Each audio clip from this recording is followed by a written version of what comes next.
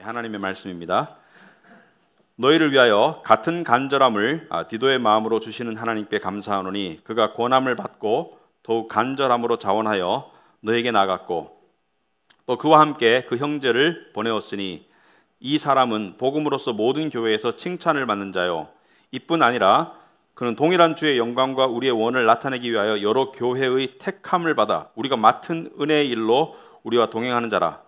이것을 조심함은 우리가 맡은 이 거액의 연보에 대하여 아무도 우리를 비방하지 못하게 하려 함이니 이는 우리가 주 앞에서뿐 아니라 사람 앞에서도 선한 일에 조심하려 함이라.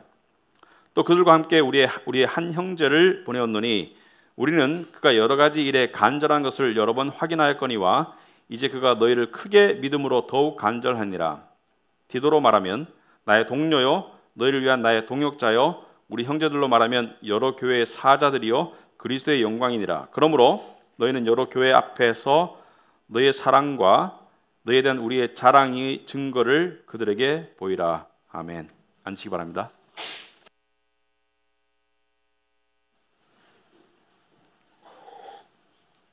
우리 기도하시겠습니다.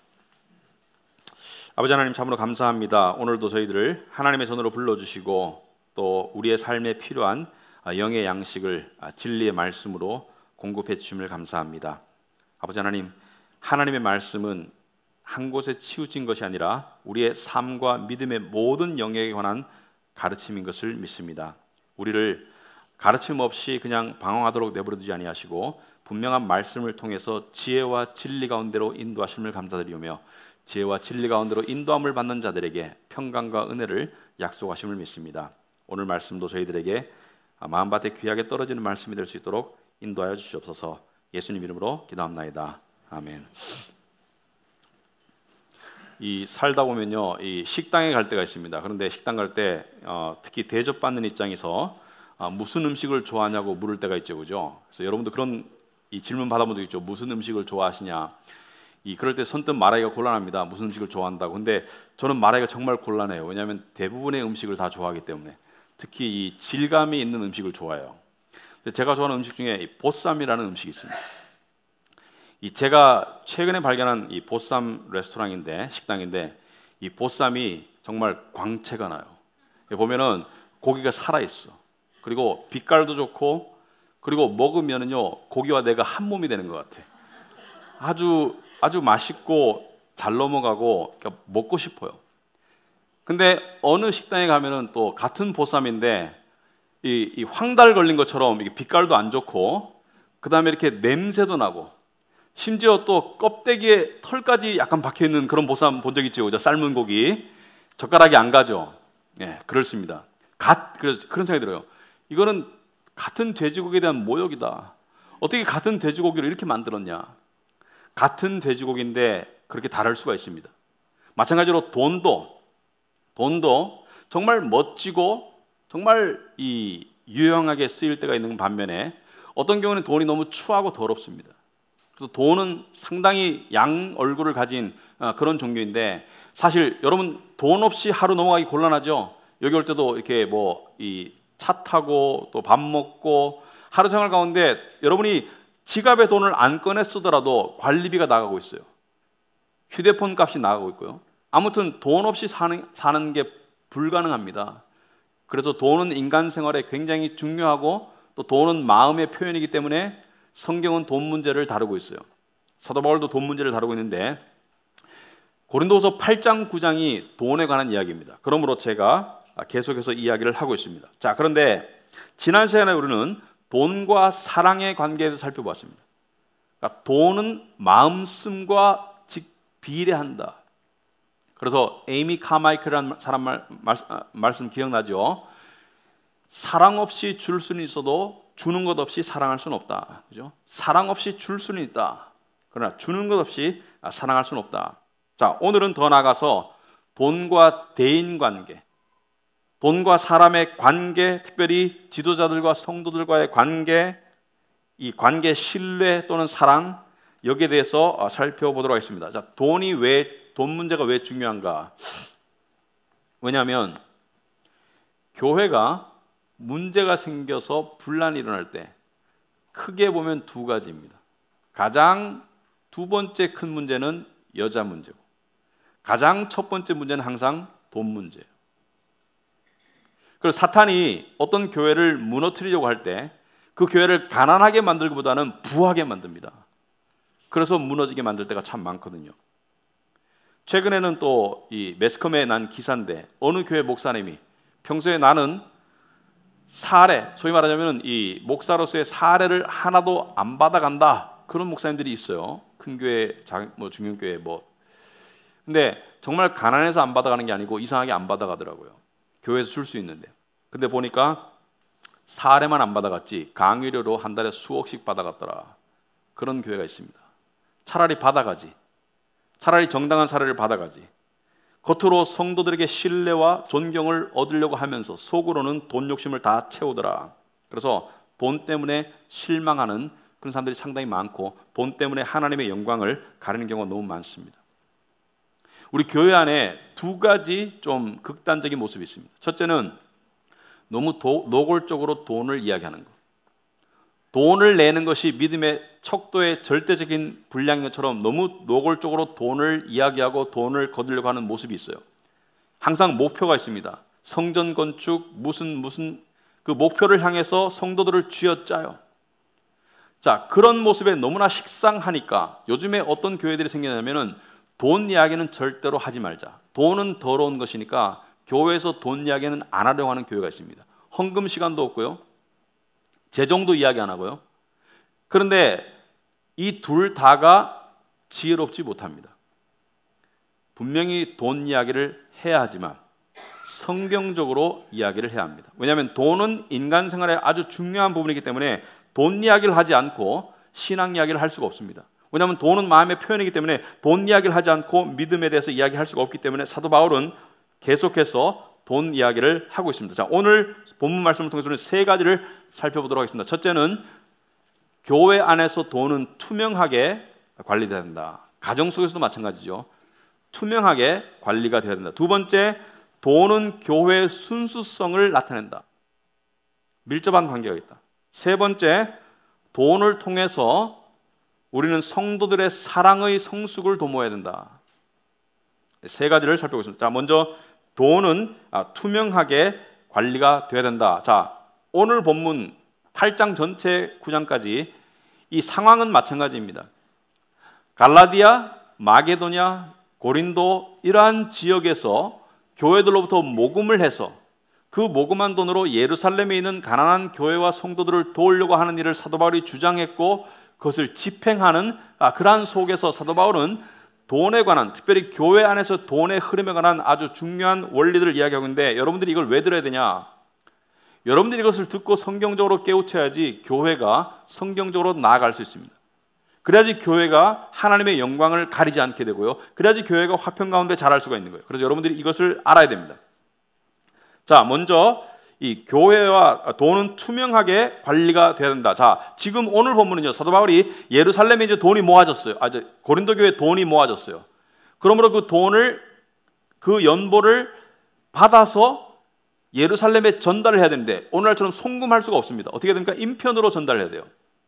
그래서 누구를 보냅니까? 먼저 자기의 제자이면서 자기의 이 아들과 같은, 영적 아들과 같은 디도를 보냅니다. 그죠? 디도를 보내는데 18절 보니까 18절이 아니죠. 여러분 그 주부에 오시면은 16절에 너희를 위하여 같은 간절함을 디도의 마음에도 주시는 하나님께 감사하노니 그가 권함을 받고 더욱 간절함으로 자원하여 너에게 나아갔다. 너에게 나아갔어요. 누가 나아갔어요? 디도가 나아갔어요. 디도가 그 일에 나아갔어요. 돈을 받아서 전달하는 일에. 그리고 18절 오면 또 그와 함께라는 것은 디도와 함께 그 형제를 보내었다. 여기서 말하는 그 형제는 누구인지 이름이 안 나와요. 근데 어떤 형제냐면 이 사람은 복음으로서 모든 교회에서 칭찬을 받는 자다. 이 사람은 소위 말해서 이 원어상 보면은 설교로 뛰어난 사람이에요. 복음의 설교로 탁월한 사람이에요. 그러니까 아주 유능한 설교가예요. 근데 왜 이름을 안 밝히는가? 이름을 안 밝혀도 사람들이 압니다. 근데 왜 굳이 안 밝히는가? 이미 칭찬을 했어요. 설교 잘하는 사람이라고. 근데 이름까지 굳이 밝히면 너무 교만할까 봐 안 밝히는 것 같습니다. 아무튼 간에 이 설교 잘하는 자를 디도와 함께 보내겠다. 자, 그래서 디도와 복음을 잘 설교하는 사람 플러스 22절에 또 그들과 함께 우리의 한 형제를 보내었노니 우리는 그가 여러 가지 일에 간절한 것을 여러 번 확인하였거니와 이제 그가 너희를 크게 믿음으로 더욱 간절하니라. 간절하다는 말이 두 번 나와 있습니다. 무슨 말입니까? 애정이 풍부하다. 고린도 교회를 향한, 성도들 향한 애정이 풍부한, 그러니까 최소한 세 사람, 디도와 누구죠? 복음 잘 전하는, 설교하는 사람과 마음이 간절한, 신앙이 검증된 양심을 가진 이 세 사람을 보내고 있다. 자, 여기서 우리는 중요한 원칙을 발견할 수 있습니다. 교회 안에서 돈의 관리는 항상 복수의 여러 사람이 해야 됩니다. 교회 안에서 돈의 관리는 항상 복수의 여러 사람이 해야 된다. 왜? 적은 숫자가 또는 개인이 관리할 때는 돈의 유혹에 빠질 수 있기 때문이죠. 그래서 복수의 사람들이 관리를 해야 됩니다. 그런데 어떤 교회는 그렇다면 모두가 알아야 되겠다. 심지어 이번 주에 헌금을 누가 했는지 명단을 발표하고, 심지어 어떤 교회는 액수가 많은 사람 순서로 명단을 발표합니다. 참 있을 수 없는 일이지만 일어나고 있어요. 그런데 성경의 말씀을 적용할 때는 항상 지혜가 필요합니다. 어느 상황에서 어떤 말씀을 적용하는가 필요해요. 오른손이 하는 일을 왼손이 모르게 하라고 했습니다. 그러니까 은밀하게 돼야 되는 부분이 있고 투명하게 돼야 되는 부분이 있겠죠. 그래서 결론적으로 말하자면 돈을 내는 것은 은밀하게 해야 돼요. 돈을 내는 것은 은밀하게 하지만 돈을 집행하는 것은 투명하게 하는 것이 교회 안의 원칙입니다. 여러분 잘 기억해 두시기 바랍니다. 돈을 내는 것은 은밀하게 내는 게 맞아요. 지난주에 우리가 이 헌금에 관한 설교 시리즈 하다 보니까 어떤 분이 이 케어 그룹에서 이런 걸 이렇게 그분의 프라이버시에 저촉되지 않기 때문에 제가 나눕니다만은, 예전에 다니던 교회에서 목사님 때문에 이 헌금을 더 많이 넣게 되더라, 그런 얘기 했다고 그래요. 여러분 절대로 그럴 필요가 없겠죠. 그건 사람에게 주는 거지 하나님께 드리는 게 아니에요. 그리고 저는 몰라요. 신경 쓰지 마세요. 돈은 은밀하게 내는 게 맞습니다. 하나님과의 관계예요. 하지만 돈의 집행은 투명하게 하는 것이 맞다. 몇 년 전에 TV에 이 공중파 매스컴에 교회의 비리에 대해서 많이 이렇게 소개하는 적이 있습니다. 근데 그때 그 중에 한 유명한 목사님이 어떤 비유가 있었냐면은 일부 예배, 그러니까 일부 예배는 2부, 3부보다는 인원이 적습니다만은 큰 교회니까 일부 예배니까 그래도 인원이 많겠죠. 일부 예배 헌금은 이 목사님이 다 가져갔대요. 근데 교인들은 몰랐어.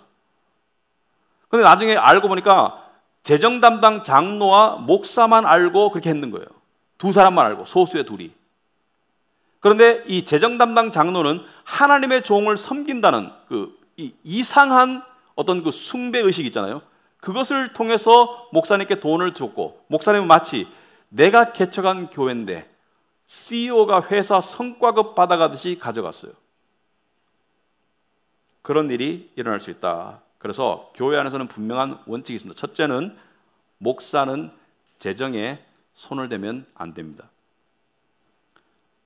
교회의 재정에서 목사는 손을 떼야 돼요. 의견을 제시할 수는 있습니다. 근데 많은 경우, 특별히 이 한국에서는 목사님들이 재정에 깊숙이 관여합니다. 하지만 교회에서 목사는 재정에 관여하는 사람이 아니에요. 목사님들이 재정에 관여하는 이유 중에 이게 있습니다. 곡간 열쇠를 내어주면 힘이 떨어진다. 알죠? 무슨 말인지. 곡간 열쇠를 내어주면, 그러니까 금고지기가 힘이 제일 세다. 목사의 권위는 금고지기의 권위가 아닙니다. 말씀을 공부하고 제대로 전하는 것이 목사의 권위지. 그러려고 하면 목사가 아니고 집사가 돼야 되죠. 목사는 재정에 관여해서는 안 됩니다. 그렇다면 누가 관리를 하느냐? 재정은 성도들의 투표에 의해서 뽑힌 다수의 집사님들이 함께 관리하는 거예요. 이게 성경적입니다. 그래서 여러분이 사도행전 6장에 보시면은 이런 말씀이 있습니다. 형제들아, 너희 가운데서 성령과 지혜가 충만하여 칭찬받는 사람, 칭찬받는다는 것은 뭐예요? 믿음의 양심이 있고 칭찬받는 사람 7을 택하라. 우리가 이 일을, 여기서 말하는 이 일은 교회 재정에 관한 일을 이들에게 맡기고, 우리는, 여기서 말하는 우리는 누구예요? 사도들, 목회자들, 그러니까 말씀 전하는 자들은 오로지 기도하는 일과 말씀 사역에 힘쓸 것이다. 이렇게 하고 있습니다. 성경이 분명한 원리를 제공하십니다. 재정 문제는 집사들에게 맡기고 목사는 말씀 전하는 일과 기도하는 일에 집중해라. 물론 개척교회에서는 이게 힘들 수가 있어요. 초기에 집사도 없고 또 재정이 너무 힘든데 교인들이 맡기에는 시험 들 수 있고, 그래서 우리 교회도 처음에는 제가 했습니다. 언제까지?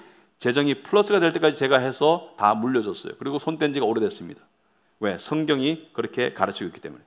그리고 일반 성도들은 교회의 재정에 대해서 알 권리가 있습니다. 누가 얼마를 냈는가를 알 권리는 없어요. 하지만 교회의 돈이 어떻게 쓰여지는가는 알 권리가 있습니다. 그래서 재정 보고도 필요하고 필요한 경우에는 그것을 문의할 수도 있습니다. 이렇게 사도 바울은 투명하게 재정을 관리함으로써 하나님의 영광이 가려지거나 사람들에게 손가락질 받는 일을 극히 경계했어요. 왜? 교회는요, 세상으로부터 핍박은 받아도 되지만 손가락질 받아서는 안 돼요. 차이가 있습니다. 믿음 때문에 핍박은 받는 것이 교회의 사명이지만 교회가 세상 사람들이 봤을 때 손가락질하는 그런 대상이 돼서는 안 돼요. 근데 오늘날 우리나라가 오랜 기간 동안 교회의 신뢰가 땅에 떨어져 있습니다. 왜? 손가락질 받고 있기 때문에. 그 가장 큰 문제 중에 하나가 바로 돈 문제입니다. 돈 갖고 싸우고 건물 갖고 싸우는 거, 이권 다툼하는 거. 그리고 많은 교회들이요, 최근에 제가 어떤 분을 만났는데 교회를 떠나서 다른 교회로 옮겼대요. 왜 옮겼냐고 하니까 그 교회가 다니면 다닐수록 점점 더 비즈니스 커넥션으로 변하더래요. 사회에서 한 자리 하는 사람들이 와서 서로 연결해서 서로 이렇게 비즈니스 커넥션으로 변하더라. 이 교회가 아니라는 것이죠. 교회의 순수성을 잃어가는 것이죠. 자, 사도 바울은 이것을 경계했습니다. 20절에 보시면 이것을 조심함은 우리가 맡은 이 거액의 연보에 대하여 아무도 우리를 비방하지 못하게 하랍니다. 아무도 우리를 비방하지 못하게 하랍니다. 무슨 말입니까? 누가 봐도 투명하다. 누가 봐도 의심할 여지가 없다. 누가 봐도 손가락질 받을 일을 안 하는 거예요.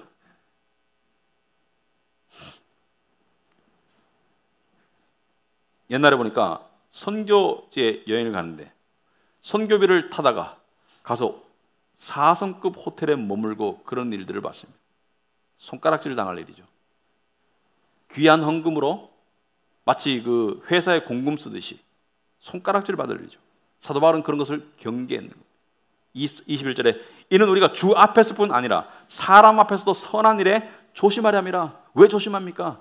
하나님의 영광을 위해서, 복음의 길에 방해를 안 하기 위해서, 교회를 위해서, 교회가 세상 앞에 빛과 소금 역할을 하는데 걸림돌이 되지 않기 위해서 그런 것이죠. 두 번째, 돈은 교회의 순수성과 밀접한 관계가 있습니다.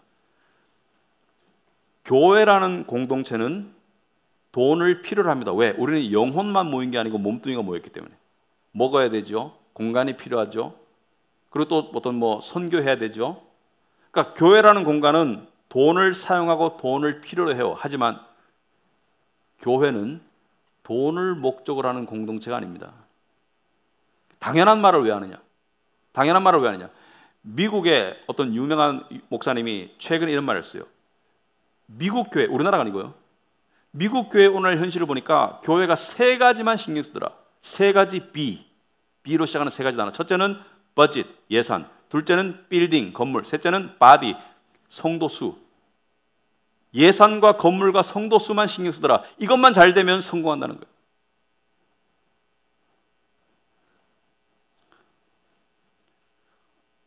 회사는 그렇습니다.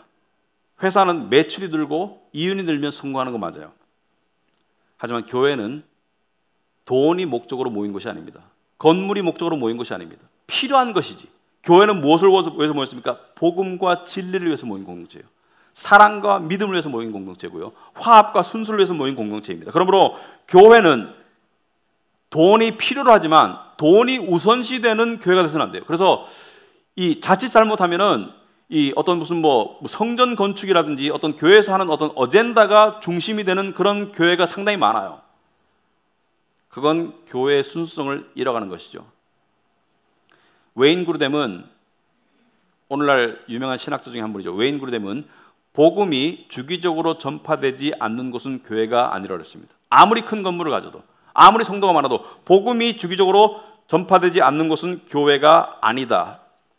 그래서 이 교회는요, 특별히 재정이 풍부해질 때 조심해야 됩니다. 왜? 재정이 풍부해지면 착각하게 돼요. 어떤 착각을? 우리 교회가 잘 나가고 있구나. 우리 교회가 잘 성장하고 있구나. 그럴 수도 있고 아닐 수도 있어요. 조심해야 될 것은 재정이 풍부하기 때문에 건물이 생기기 때문에 교회가 잘 나가고 있구나라고 착각하는 그 마음이 사탄이 원하는 마음이에요. 최근에 우리 교회 한 몇 달간 재정이 플러스가 났습니다. 그래서 이번에 이 수련회 갈 때도 교회에서 다 부담을 할 수 있어요. 감사한 일이죠. 분명히 감사한 일이지만 제가 리더 모임에서 한두 번 이야기했습니다. 절대로 착각하지 말자. 재정이 풍부한 것은 감사한 일이지만 그것 때문에 우리 교회가 잘 나간다고 착각해서는 안 된다. 우리 교회가 잘 나갈 수 있는 것은 늘 복음을 붙잡아야 됩니다. 복음을 위해서 교회가 존재하는 거예요. 복음을 위해서 돈이 필요한 거예요. 하지만 돈을 위해서 교회가 모인 것은 어느 누구도 돈을 위해서 모였다고 인정하지는 않을 거예요. 하지만 그 형태 자체가 마치 돈을 위해서, 마치 세상적인 성장과 돈을 위해서 모인 것처럼 하면 그런 교회가 참 많아요. 자칫 잘못하면 그렇게 될 수 있습니다. 수많은 돈을 가지고도요, 엉뚱하게 쓸 수도 있고요, 아주 적은 액수로 가지고도 하나님을 기쁘시게 할 수 있어요. 그런데 사도 바울은 성경 어디에도 헌금을 모금했지만 얼마를 모았다라는 말을 하지 않습니다. 성경에 액수가 나올 때가 있어요. 무슨 달란트, 드라크마, 액수가 나올 때가 있는데 사도 바울은 어느 교회에서 얼마를 했다고 말하지 않습니다. 왜? 액수가 중요한 게 아니에요.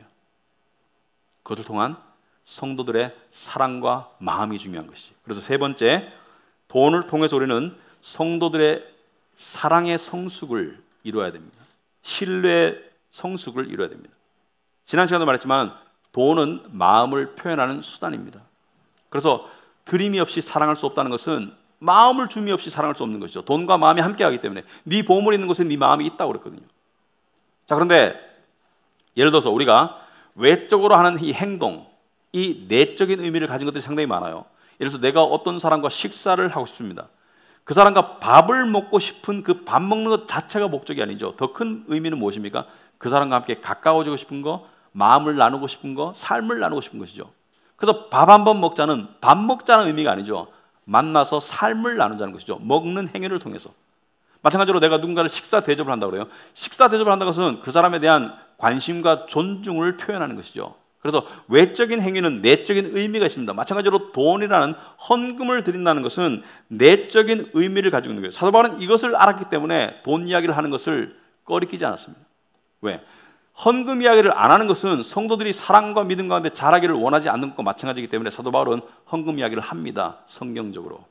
자, 그런데 어떠한 목적을 가지고 사도 바울은 헌금 이야기를 했는가? 16절을 보니까 너희를 위하여 같은 간절함을 했어요. 같은 간절함을 디도의 마음에도 주시는 하나님께 감사하노니 그가 고난을 받고 더욱 간절함으로 자원하여 너에게 나아갔고. 자, 사도 바울은 고린도 교회 교인들이 어떤 것을 이루기를 원해요? 헌금 많이 내기를 원해요? 헌금 내는 행동을 통해서 사랑과 믿음이 자라기를 간절히 원하는 거예요. 그래서 중간에 고린도 교회가 휘청거리고 사도 바울을 배신하고 헌금 모금을 중단하다시피 했지만 사도 바울은 멈추지 않고 계속 그것을 격려했습니다. 왜? 끝까지 돈을 받아내려고? 그게 아니죠. 그들이 사랑과 믿음 가운데 좌절하지 않고 자라게 하기 위해서 그런 간절함을 가지고 고린도 교회를 권면했는데 디도도 같은 간절함을 가지고 있어서 기쁘다는 거예요. 감사하다는 거예요. 무슨 말입니까? 헌금을 통해서 마음이 모아지는 것을 이야기합니다. 여러분, 교회 안에서요, 돈 때문에 마음이 갈라지는 경우가 있습니다. 두 가지 경우가 있어요. 첫째는 소수의 사람들이 자기 마음대로 돈을 써. 소수의 직분자들이. 성도들이 봤을 때 여기에 왜 쓸까 하는 것에 돈을 써요. 그래서 마음이 갈라집니다. 시험 들어요. 막 의리리한 가구를 앞에다 갖다 놓고 강대상도 여러분 강대상도 수천만 원짜리가 있다면서요. 뭡니까? 크리스탈 해가지고. 참 안타깝죠. 성도들은 굶주리는데 강대상을 그 수천만 원짜리 갖다 놓고 그게 왜 필요합니까? 그거를 갖다 놓고 우리 교회는 이런 자랑하는, 여러분 들어봤습니까? 이 원고 없는 이야기지만 우리 교회는 1억 5천만 원짜리 파이프 오르간이 있고 2억짜리 스피커 시스템이 있고 이런 얘기 들어봤어요? 필요하면 스피커도 필요하죠. 그러나 왜 교회가 그렇게 사치를 해야 됩니까? 교회는 일반 대중이 모이는 곳이에요. 일반적인 수준에서 하면 되는 거예요. 마음이 갈라집니다. 돈을 잘못 써서 마음이 갈라져요. 또 두 번째, 돈 있는 사람만 대우할 때 교회는 갈라집니다. 돈 있는 사람만 존중하고 돈 없는 사람은 무시할 때 교회는 갈라져요. 근데 우리 안에 그런 문화가 많습니다. 소위 돈 없으면 장로 못 돼요. 많은 교회에서. 왜? 장로 되면 돈 내야 되니까. 그러한 폐단들이 상당히 많아요. 그것을 아름다운 감성금이다 포장하는 거 안 좋아요. 진짜 장로 돼가지고 자기가 내고 싶으면 그냥 몰래 내면 됩니다. 자기 정말 감사해서 장로에서 내고 싶으면 몰래 내면 돼요.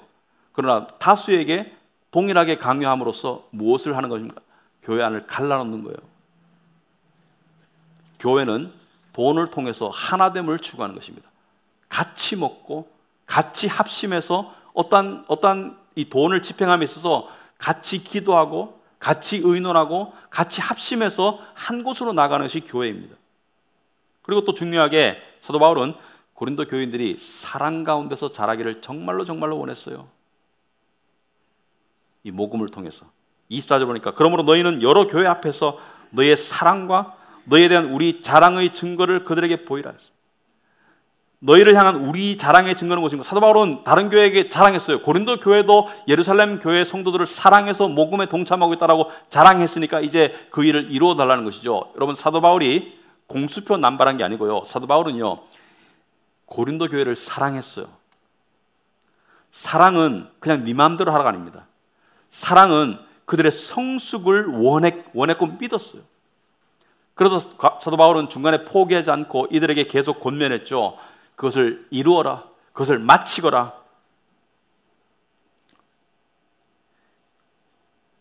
여러분, 사랑은 뭐죠? 모든 것을 참으며 모든 것을 믿으며 모든 것을 바라며 모든 것을 견디느니라. 사랑은 언제까지든지 떨어지지 아니한다고 했습니다. 사랑은 실패하지 않는다.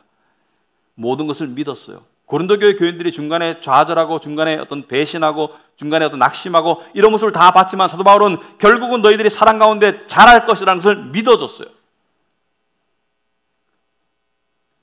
왜 믿어줬나? 이게 중요합니다. 왜 믿어줬나? 믿는 사람에게는요, 육신의 모습이 있습니다. 세상적이고 이기적이고 게으르고 육신의 모습이 있어요. 하지만 믿는 사람 안에는 영적인 모습이 있습니다. 하나님이 주신 믿음과 사랑이 있어요. 근데 둘 중에 어디가 오래 갈까? 둘 중에 누가 이길까 결국? 육신이 이기겠습니까? 영이 이기겠습니까? 당연히 영이 이기죠. 왜? 영이 영원하기 때문에. 영이 점점 더 강해서 영이 이기는 것이죠. 육신을 쇠하는 것이죠. 그러므로 더 강한 그 자질을, 그 안에 가능성을 믿어주는 게 사랑이에요. 여러분, 믿는 사람들끼리요, 여러분, 그 사람은요 남의 의견에 좌우됩니다. 여러분, 가족도 마찬가지고요. 넌 안 돼. 너는 맨날 그 모양이야. 너는 절대로 변하지 않을 거야. 이렇게 계속 말해보세요. 그 사람 좌절합니다. 하지만 이번에 실수했지만 너는 더 잘할 수 있어. 이번에는 네가 잘못했지만 다음에는 더 사랑할 수 있어. 그렇게 격려하고 믿어주고 기도해 보세요. 믿는 자들은 그런 대우를 받을 자격이 있습니다. 왜? 하나님의 믿음과 사랑이 우리 안에 주어졌기 때문에. 그래서 예수님도 그렇게 제자들 대하셨잖아요. 여러분, 제자들과 예수님의 관계를 보면은 참 그렇죠. 십자가라는 그 엄청나게 험한 길을 가는데 다른 사람 몰라도 제자들이, 가룟 유다는 배신했다 손치더라도 베드로를 비롯한 11명의 제자들은 예수님을 지지했어야 되는데, 함께 죽을 각오를 했어야 되는데 어떻게 했습니까? 다 예수님을 배신하고 버렸어요. 근데 예수님께서 유월절 때 십자가에 매달리셨어요. 유월절 때. 근데 유월절 바로 전에 제자들의 발을 씻기신 거 아시죠? 발을 씻기신 행사. 근데 그때 요한복음 13장 1절에 이런 구절이 나옵니다. 여러분 읽어보시기 바랍니다. 같이. 여러분 주보에 나와 있죠? 요한복음 13장 1절 다 같이 한번 읽어보겠습니다. 유월절 전에 예수께서 자기가 세상을 떠나 아버지께로 돌아가실 때가 이른 줄 아시고 세상에 있는 자기 사람들을 사랑하시되 끝까지 사랑하시니라. 여기서 끝까지 사랑하시니라 무슨 뜻입니까? 모든 것을 참으며 모든 것을 믿으며 모든 것을 바라며 모든 것을 견뎠다는 것을 이야기하고 있습니다. 베드로가 예수를 3번 부인했죠. 모른다고. 욕하고 맹세하고 3번 부인했죠. 예수님이 베드로에게 나타나서 여전히 그를 향한 사랑의 믿음을 보여줬습니다. 내 양을 먹이라. 네가 나를 사랑하냐 내 양을 치라. 네가 나를 사랑하냐 내 양을 보살펴라. 여러분, 자신을 배신해서, 아니면 내가 배신한 상대가 엄청나게 배신했는데 나를 향해서 예상했던 말은 너 나쁜 놈, 배신자, 쓸모없는 놈, 이런 말일 텐데 오히려 일을 부탁해요. 그것보다 더 세워주는 게 없습니다. 일을 부탁해. 여러분, 예수님이요 십자가에서 헐떡거리면서 돌아가실 때 그때 굉장히 고통스러우셨어요. 그때 제자들이 눈에 띄었다면 욕했을 겁니다. 사람 같으면 이 나쁜 놈들아, 니네만 살자고 도망갔니? 근데 예수님의 십자가 밑에 누가 왔습니까? 예수님이 사랑하시는 제자 요한이 왔어요. 예수님과 요한의 눈이 마주쳤습니다. 그때 요한이 어떤 느낌이었을까요? 내가 배신한 주님, 3년 동안 나를 사랑으로 먹이셨는데 내가 배신한 주님이 지금 십자가에 달려서 추구하고 있어요. 그때 얼마나 심정이 미안하고 죄책감이 들고 좌절스러웠을까요? 그때 예수님이 뭐라 합니까? 요한을 보고, 요한복음 19장에 보면 뭐라 나와요? 그 사랑하시는 제자를 바라보면서 마리아를 보고 뭐라 합니다? 네 어머니다. 네 어머니다. 마리아 보면 당신의 아들이로소이다. 여러분, 이게 사랑입니다. 그 배신의 순간에도, 그 고통의 순간에도 상대를 향한 믿음을, 상대를 향한 신뢰를 예수님께서는 계속 보여주세요. 왜? 그 안에 믿음과 사랑을 심어주셨기 때문에. 그것을 통해서 은혜 받은 요한은 결국 마리아를 그날로 자기 집에 데려다가 자기 어머니로 모시고 평생을 살았어요. 그 예수님의 신뢰를 받았던 제자들은 정말 그 배신의 늪에서 벗어나서, 죄책감에서 벗어나서, 그 좌절감에서 벗어나서 정말 용감하게 살다가 죽습니다. 왜? 예수님께서 그들을 끝까지 믿어주셨기 때문에. 도마는 뭐라 했습니까? 의심 많은 도마죠. 예수의 부활을 제자들이 보고 난 다음에 말을 했는데, 여러분이 봤다고 하는데 못 믿겠다는 거예요. 예수 부활 안 했다는 거예요. 그 손에 손가락을 넣어봐야 되고 그 옆구리에 손을 집어넣어봐야 되겠다. 예수님이 나타나서 뭐라 했습니까? 집어넣어 보거라. 그래서 믿음 없는 자가 되지 말고 믿음 있는 자가 되라. 이 얼마나 참 놀라운 사랑입니까? 끝까지 믿어주시고 끝까지 견뎌주시는 그 사랑에 힘입어서 도마는 인도로 가요. 그래서 인도에서 순교하고, 칼에 맞아 순교하고 죽습니다. 사도 바울도 마찬가지입니다. 고린도 교회 교인들이 왜 헌금하다가 안 했을까요? 왜 모금하다가 중간에 시들시들했을까요? 사도 바울에 대한 신뢰가 떨어질 수 있을 거요. 또 더 깊이 바라보면 그것을 핑계로 돈을 내기 싫어서 안 낼 수도 있습니다. 인색했을 수도 있어요. 근데 사도 바울은 거기에 대해서 쭈삣쭈삣하지 않습니다. 돈 얘기하기 어려운데, 돈 문제 꺼내기 힘든데, 그렇게 하지 않았어요. 사도 바울은 그들에게 성경적으로 담담하게, 담대하게, 그리고 호소를 해서 그들이 그 사랑의 일을 마치도록 도와줍니다. 왜? 돈은 돈이 아니거든요. 돈은 마음이거든요. 네 보물 있는 곳에 네 마음이 있기 때문이거든요. 여러분, 세상은요, 더 벌어라, 그리고 너를 위해 마음껏 써라입니다. 잘못됐나요? 이렇게 말합니다. 그래서 돈의 노예로 살아가요. 왜? 이기심과 돈이 결부했기 때문에. 그러나 하나님 뭐라 그러세요? 열심히 일해라. 그리고 하나님과 이웃을 사랑하는데 네 재물을 일부를 쓰도록 하거라. 뭐예요? 돈을 지배하며 살으라고 가르치고 있습니다. 여러분, 신앙생활이 성숙하고 있는가 안 하고 있는가? 돈을 쓴다고 해서 무조건 성숙하는 건 아니에요. 하지만 신앙생활이 성숙하고 있는 사람에게는 반드시 돈과 시간의 용처가 점점 더 달라지게 되어 있습니다. 하나님과 더 시간을 보내고요, 하나님의 일에 더 시간을 쓰고요, 또 하나님의 일에 자기의 물질을 내고요. 왜? 마음이 가는 것이거든요. 하나님이 원하시는 것은 우리의 시간과 우리의 물질을 넘어서 우리의 마음을 원하시는 거거든요.